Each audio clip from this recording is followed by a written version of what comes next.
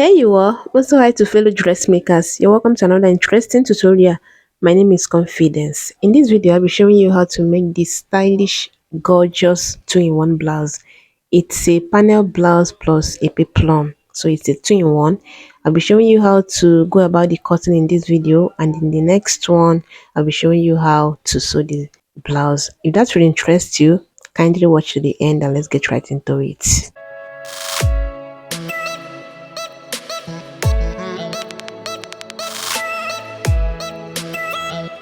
Now on my pattern paper, I've gone ahead to mark a starting point line, and from that line now, I'll be taking my measurement. But first, I'll try to create a space for the front, and to do that, I just divided the bust circumference by 2, and I added extra 2, then divide it into 2 again.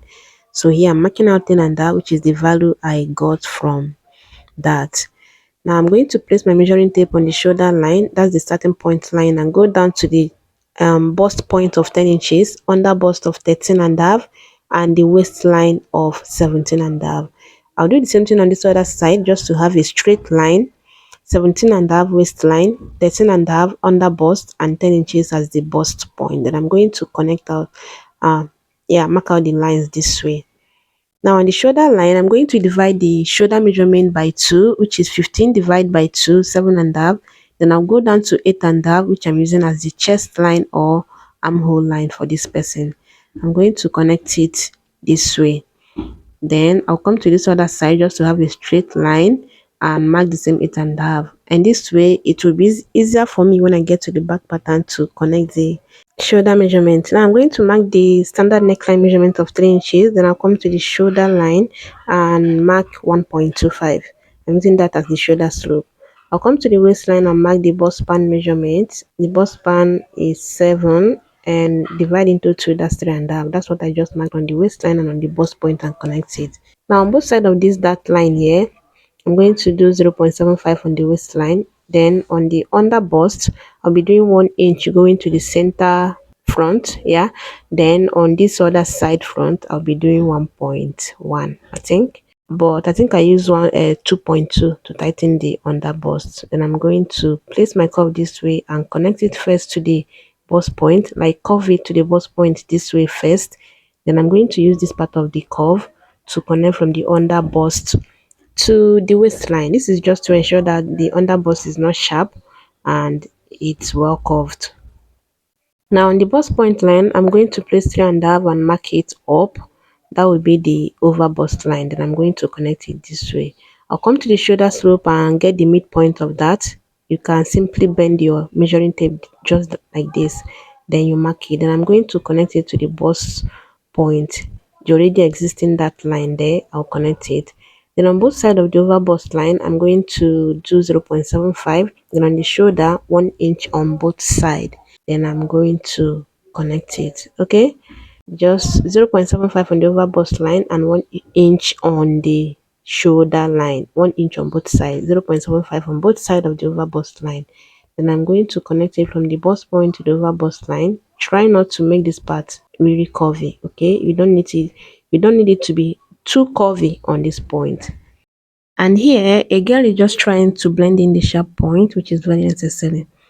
Now on the armhole line, you can decide to get the midpoint, but what I usually do is to go up 3 inches, 3.25 or 3 and a half, depending on who I'm working with. Then on that point, I'll go in 0.75, connect it straight to the shoulder tip. Then I'll come to the chest line, that's the armhole line, and get the bust measurement divided by 4. I'm working with a bust circumference of 38 divided by 4, that's 9 and a half, plus half inch as the dart intake. That's 10 inches, and that's what I marked there. Then I'm going to use the pattern master to curve the rest of the armhole. We will not be needing this particular armhole curve, but let's just leave it there as a guide. The next thing I'm going to do is to replace the dart intake on the shoulder slope, which is 2 inches. I'm going to mark the 2 inches this way. Then on that point, I'll come down by 1.25, which is the same thing I used at the shoulder slope, remember? Then I'm going to connect it from that 1.25 to this dart leg here. Just follow this simple process. Okay, then after that, I'm going to place the pattern master this way. Just make sure it's touching that 2 inches you extended on the shoulder, and then you're going to tilt the pattern master just so you have a perfect armhole curve just like this. This way, you don't have to worry about replacing any dart intake on the over bust line. Just follow this process. Then on the waistline, I'm going to get the waist measurement divided by 4 plus the dart intake there. I'm going to connect it this way. I'll come to the bust point and come down by 1.5. I want to do the bust dart. Please note that 1.5 is not standard, but 1.5 is the difference between my mom's front length and back length. But there's going to be a little twist on this one. I'll measure whatever I have on the waistline and go down a little bit here, and then I'll extend the line just like this. On this line now, I'm going to mark the same 1.5 I used as the bust dart. I'll mark 1.5 down this way. Then I'll connect it to the dart leg just like this. If you're seeing this for the first time, I've been doing it on this channel and I usually use this method or technique when I'm making an outfit that flares from the waist down. Okay, that's like peplum or maxi gown that is flare from the waist down. I use this technique because if you know me, you know I like bust that a lot. I try to include it in all my bustier pattern, but when it's not a fitted outfit from waist down, I use this technique. Let me know in the comment if you want me to explain more about this, but I'll suggest you try it and see the outcome yourself. Okay, now let's go to the back. We'll come back to the front. I'm going to mark the same value I used to create a space for the front, which is 10.5. And then because of the technique we use for the front, the back length and the front length is going to be the same 17.5, right? So I marked 17.5, then I'll connect it this way. And now we have the space for the back. The next thing I'm going to do is to take the shoulder measurement by 2, which is 7.5. I'll go down to the 8.5, which I already have there, and mark the same 7.5. I'll connect it this way. Then I'll come to the shoulder again and mark the standard neckline measurement of 3 inches. Then I'll mark the shoulder slope of 1 inch, and then I'll connect it this way. I'll come to the waistline on the center back. I will be coming in by 0.75. Then I'm going to use this curve and curve it going to the up, just as you can see me do it here. I usually use 1 inch on this point, but because I'll be adding that to this back pattern, that's why I use them 0.75. Okay, then I will now start from this new line and take the bust span line, that's the dart line, and go up 6 inches as the dart length for this pattern. Then I'll measure from the previous center back line to that point and go up to that 6 inches and mark the same thing just to make sure I have a straight line. Then I'm going to connect it this way. On both sides of this line now, I'll be taking in half inch, and that will be the dart intake. Half inch on both sides. Then I'm going to connect it just the same way you connect your dart, right? Next thing I will do now is to come back to the front and measure from the center front to the first dart line that I have here. Whatever I have there, I'm going to mark the same value on this back. Then I will use the French curve to connect the 2 points together. The point I have on the shoulder slope going to the dart line. Now, from this center back contour line, I'll be taking the bust measurement divided by 4. I'll go to the waistline and do the same thing. The waist measurement divided by 4 plus the dart intake. Remember to replace it, then I'll connect the 2 points just like this. Next, I'll be taking note of the center point of this line. Then on that point, I'll be going in 0.25. I'll connect it straight to the going to the shoulder tip. Then I'll use the curve to curve the rest part of the armhole. Then I'll go ahead and add my zipper allowance. I usually add mine on the pattern because if I don't do it, I might forget while transferring to a fabric. I'll add 1 inch following the curve I have on the center back and connect it just like this. Then from the dart line on the shoulder, I'll be coming in by half inch, I think half inch, then I'll be going in 3 inches. That will be the neck width and the neck depth for the back. So basically, I think I use 4 inches for the neck width and the neck depth is 3 inches. I'll come to the front and do the same thing I did for the back. Come in half inch from the first that line I have there. Then I'll be going down by 3.5, and that would be the neck depth for this neckline, for this pattern. Okay.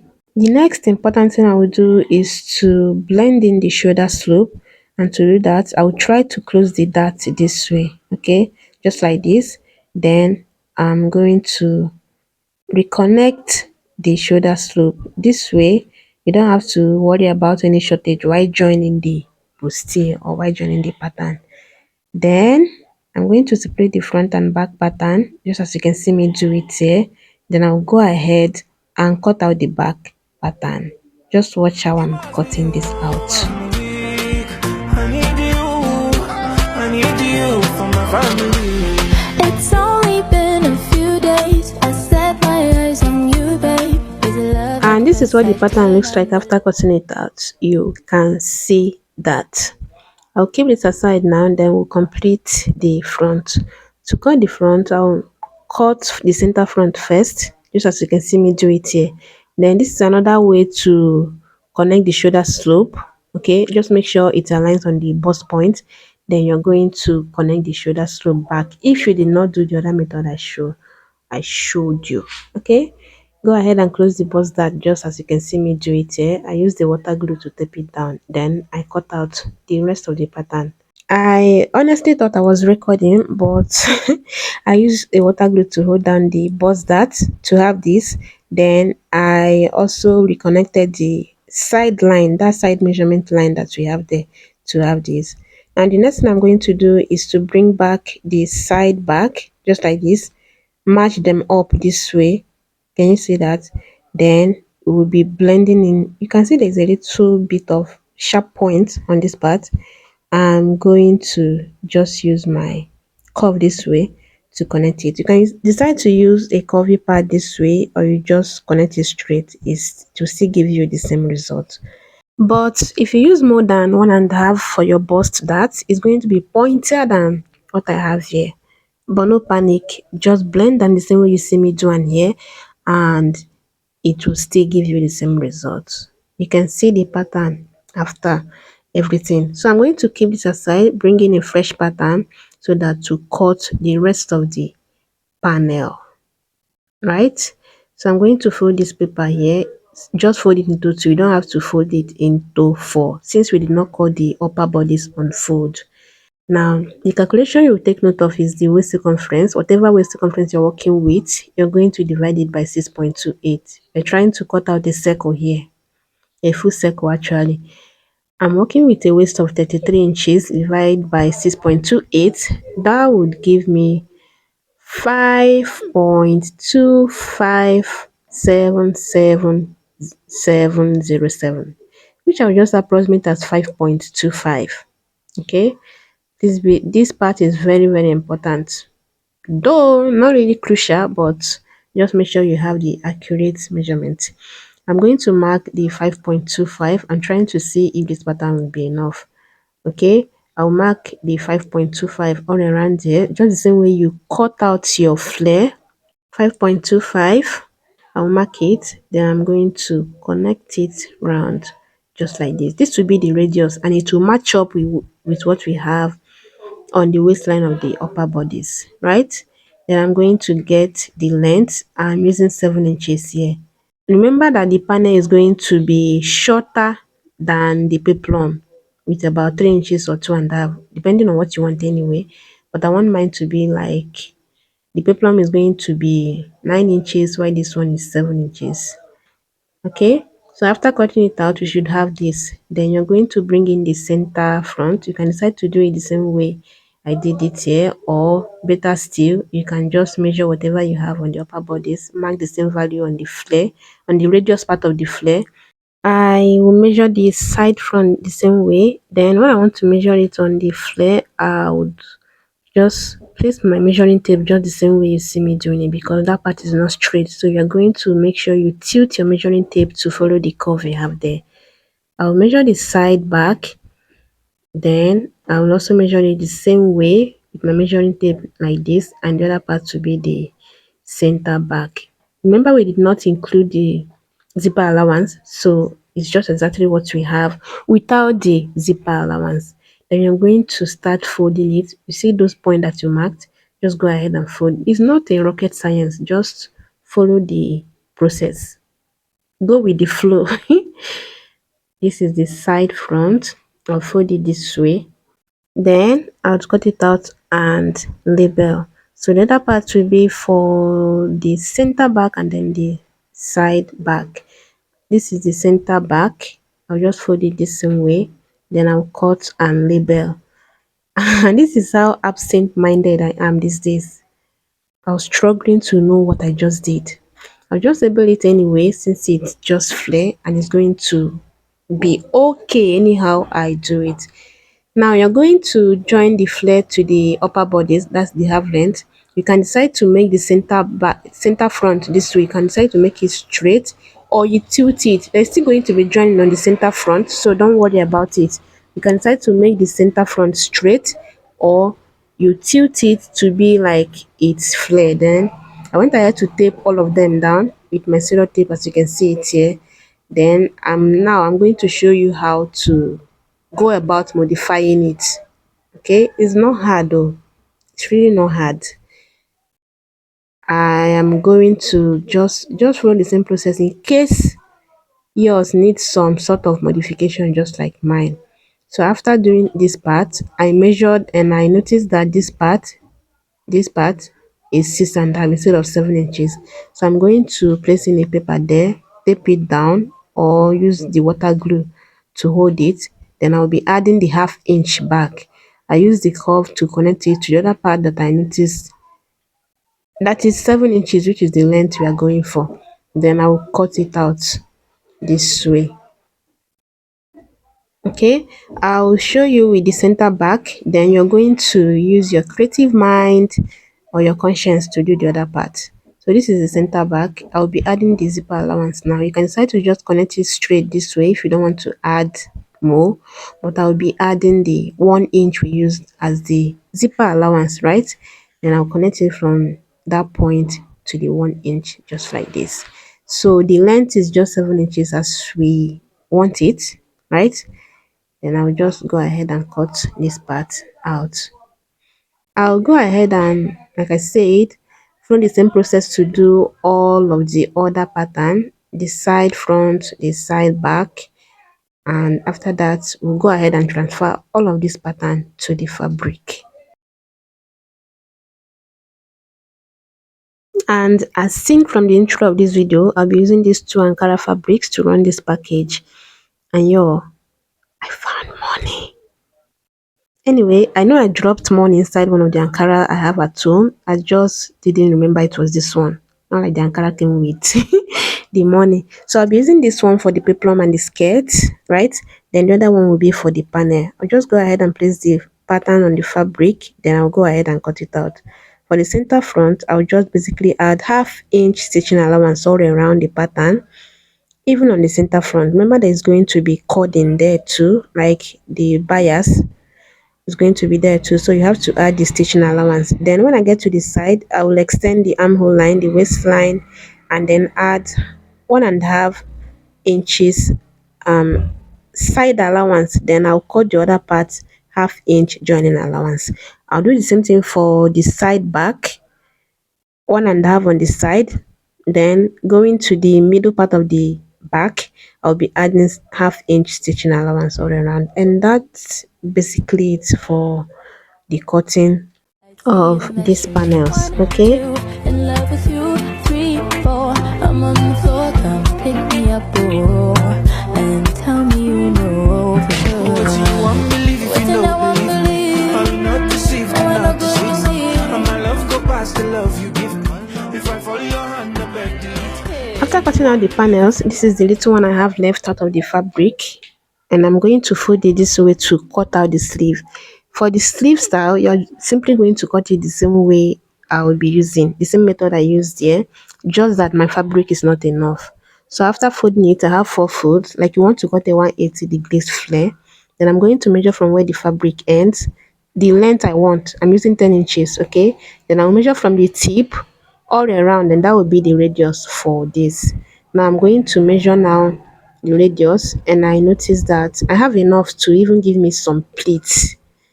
Then I'll now measure 10 inches down, following the curve I have on the radius, like the radius curve. And after that, I'll simply go ahead and cut it out. Okay, this is what it looks like after cutting. You should have this. The only thing is that the length, your length for yours should be 21 or above, like 20 and above as the length, if you want it that full. And the radius too should be more than what I used here to give you that puffy effect on the shoulder. So I'm going to use this one now to cut out the peplum, and the peplum is just a 360 degrees, not 720. The only thing is that you cut it in a way that it will be more than your waist circumference, so that you have the allowance to pleat, right? So I'm going to fold it this way, just like this.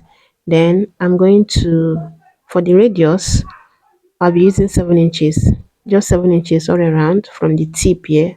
Then I'll be measuring 11 inches. The distance is supposed to be 10 inches, but I'm using 11 because of sewing allowance. Okay, so 11 inches all around from the radius. I'll connect it this way, then I would go ahead and cut it out. It's very simple. So if I measure the radius round, I have enough. The waist I'm working with is 33, right? And I have about 44 inches here, which is like extra 10 inches, or let's say 8 inches because of the zipper allowance. And remember, this is flare. After turning, it will still expand. The radius is still going to expand. Okay, so after cutting, I will open it on one side, and that would be going to the center back.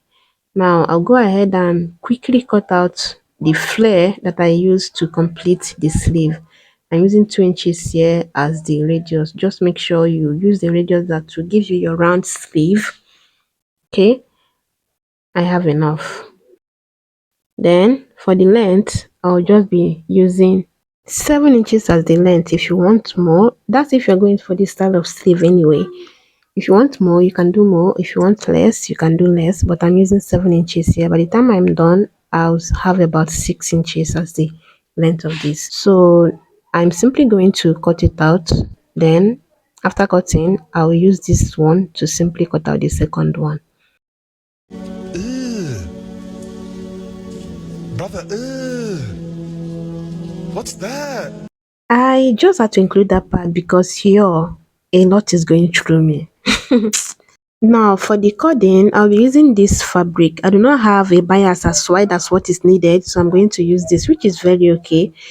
I'll be cutting out 2 inches wide for the strip, and the length of this fabric is 60 inches. So that means if I cut out this three that I'm cutting out now, it will be enough for all the things that I want to use it for this blouse. Okay, this is what it looks like. I'm going to go ahead and fold it now. Go to my ironing table and press it. Just fold it and press.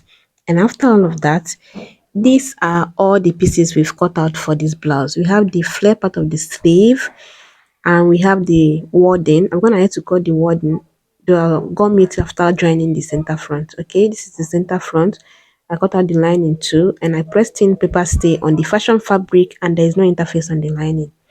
I did the same thing for the side front, and this is the center back.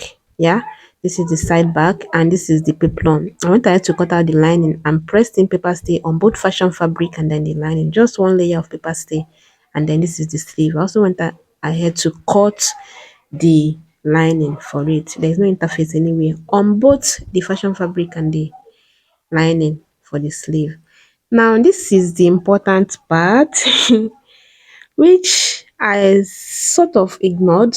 Okay, that is me exaggerating it. It's not hard. Just go ahead after cutting out the half bodies before joining the flare to it. Go ahead and use it to cut out the other part. Okay, close the dart, or better still, you add that allowance if you want to still do that on this part. But I forgot about all of that. It was after cutting the pieces that I remembered I haven't cut out the part that the peplum will be going. But just know that I use the same pattern to cut out this. The only thing is that there is no dart on the back, and there is no opening on the center front. I won't be joining it. It's very simple though. It's not hard. And then for the choice of fabric, I had wanted to use doll face to do this, but I still have excess of this fabric, which I'm not sure I'll be using it for anything again. So I just had to use it for this. But do not use ordinary aba lining, that's spongy lining. Okay. So in the next video, we'll be putting all of these pieces together, and I'll see you next. Bye.